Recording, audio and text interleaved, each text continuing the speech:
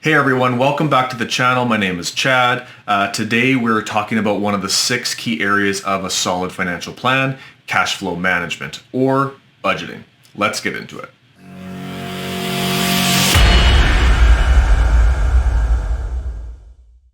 Alright, so today's video is a little bit more geared towards those of you that are in the accumulation stage of your financial plan, so you're still a number of years out from retirement. However, the principles of the budgeting conversation still stand if you are retired, with the big exception that we're not going to be spending money saving for your retirement. So I am a massive believer in budgeting. I think it is a critically important part of a financial plan, especially in the accumulation stage. And I have a specific guideline that I like to follow. It's the 20-50-30 budget. So what that represents is 20% goes towards your financial situation, 50% goes towards your needs, and 30% goes towards your wants. And 20% of what may be your first question. So right off the bat, that is your net income. So taxes dealt with.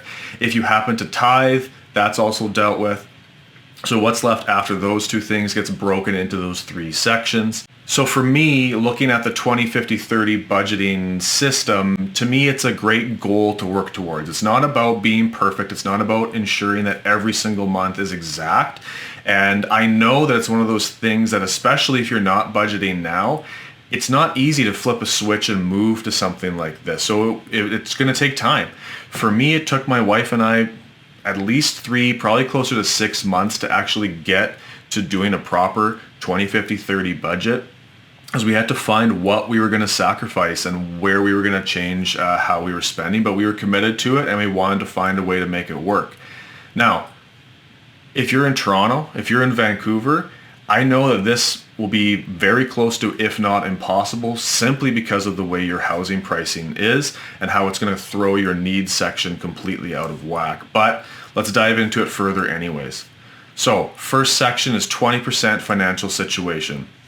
So if you have non-mortgage related debt, so whether it be on your credit card, student loans that are charging interest, that is, or car payments, I'd want to see you putting 20% of your income towards extra payments on those debts to push them down as fast as you possibly can. If you have multiple debts, I like the debt snowball method, which is something that I'll do a video on in the future.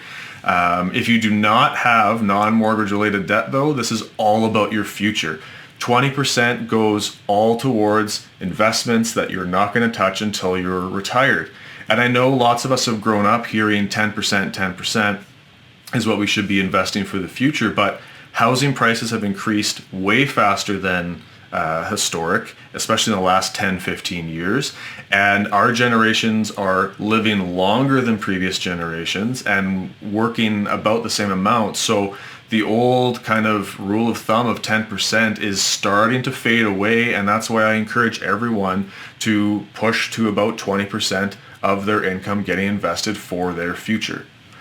The next section is needs, and so these are things that you can't live without. So 50% of your income will go towards needs, and we're talking shelter, we're talking transportation, utilities, groceries, insurance, life insurance should be in there to ensure that you are covered as well. The final section is wants. So this is where we dive into restaurants, eating out, going out on dates, and travel, things like that. So this is where the final 30% would go. So why do I like this method? I like it for a couple of different reasons. Number one, it makes your priorities clear. My future, my needs, my wants, everything's set. Number two, it sets boundaries on your spending, which actually frees up mental space. And to quote Marie Kondo, it brings me joy. If I have $300 set aside specifically for eating out, then I get to spend that money. It's guilt-free, which is number 3, by the way. It's guilt-free spending money on these things because I've set it aside within the budget for me, because that's what I enjoy. So let's run through a quick example. Let's pretend you're in a couple, you live in Ontario, and you each make $50,000. According to Ernst & Young's website, that means you're each bringing home approximately $42,000 a year, or combined $7,000 a month net.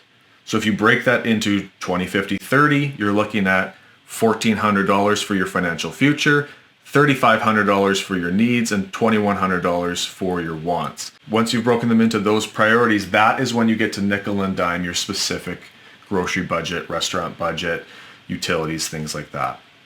So let's talk about that $1,400 number though.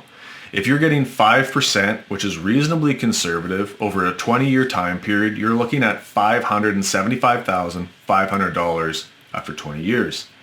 If you have 5 more years of that, so 25 years of investing, that'll turn into $833,700. If you happen to have enough time to get 30 years of investing under your belt, $1,400 a month at 5% per year for 30 years will turn into $1,165,200. That's pretty amazing. And that's not factoring in any raises along the way. As long as your income increases, this number will increase every month as well.